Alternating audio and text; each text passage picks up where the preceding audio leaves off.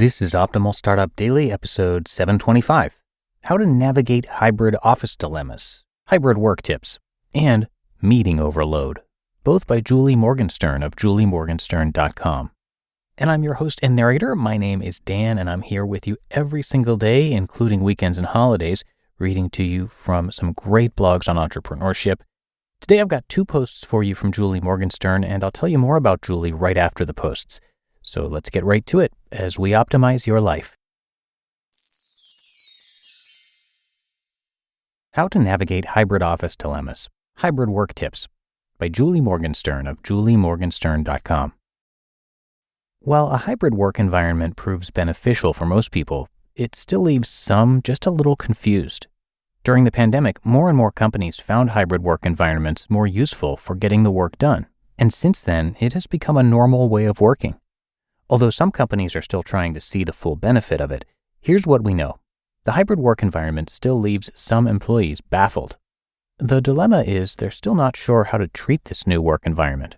For instance, they're still a bit unsure of what to do when they're in the office versus when they're at home. So here are a few strategies I want to leave with you about your hybrid work situation. Understand the value of being in the office. I understand that you may not ever want to be in the office, but there is some value to being there. And here are 3 ways it can be of value to you. 1. Meet with key people. Try to arrange to meet face-to-face with key people when you know you're going to be in the office. For instance, if there are some complex topics on the line and there isn't much headway being made through the virtual or distanced modes of communication, email, fax, phone, etc., schedule a meeting with the key people if possible. That way you can meet face-to-face. You'd be surprised how much difference just noticing the body language of a person can impact the discussion.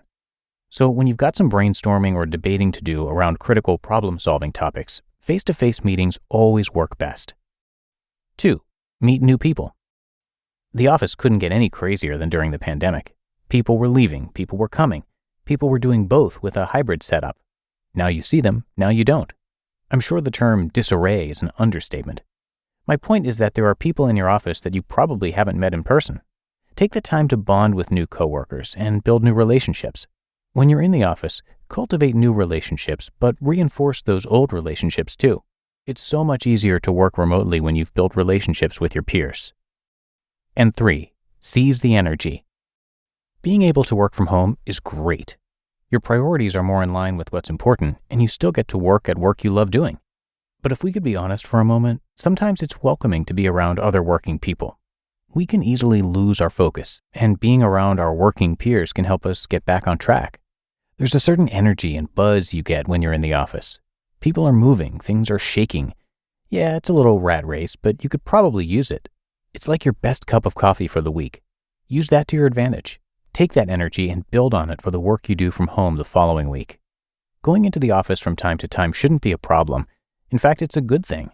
Learn to turn your office experiences into productive ones. Focus on what you need from that visit, whether to finally solve perplexing problems, build relationships, or just grab some of that energy. At the end of the day, you want to feel a sense of accomplishment and remember the value in everything you do. Meeting Overload by Julie Morgenstern of juliemorgenstern.com. We hear a lot about meeting overload, too many meetings or back-to-back meetings. A lot of us have developed poor meeting habits during COVID, where the only way to drive work forward was through meetings. We now have to be intentional about meetings. To be highly effective, we must open up space to actually do the work that meetings generate. Outcome-based agendas. One good meeting habit is outcome-based agendas instead of topic-based agendas. What's the difference? Topic-based meetings can include a weekly staff meeting, a meeting about Project X, or a strategic planning session. Outcome-based agendas identify what we want to walk away having accomplished from this particular meeting. An outcome could be that we want to leave a project meeting with a decision about a budget item. Or if it's a brainstorming session, we want to leave with 3 viable ideas. At a staff meeting, you might want to walk away having identified gaps and overlaps between people's functions. How to implement. When every meeting invitation includes the outcome of that meeting, it gives everyone the chance to consider if they belong in that meeting and to come prepared. Best of all, once you've achieved that goal, you can end the meeting, often giving people time back. By incorporating this good meeting habit, you can clear up at least 30% of your schedule every day.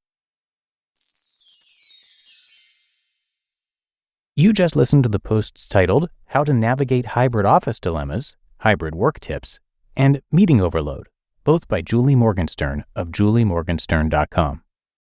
Thank you to Julie. Julie Morgenstern is an organizing and productivity consultant, New York Times bestselling author, and speaker. For over 25 years now, Julie's been teaching people all over the world and at all stages of life how to overcome disorganization to achieve their goals. She's the inventor of the inside-out approach to organization and the brain behind their services. She has a bunch of great articles and much more on her website, which again is juliemorgenstern.com. So please check that out, and big thanks to Julie again for letting us share her work today. All right, that's going to do it for episode 725. Hope you enjoyed the 2 posts from Julie. Thanks so much for being here, and I'll see you back here tomorrow, where your optimal life awaits.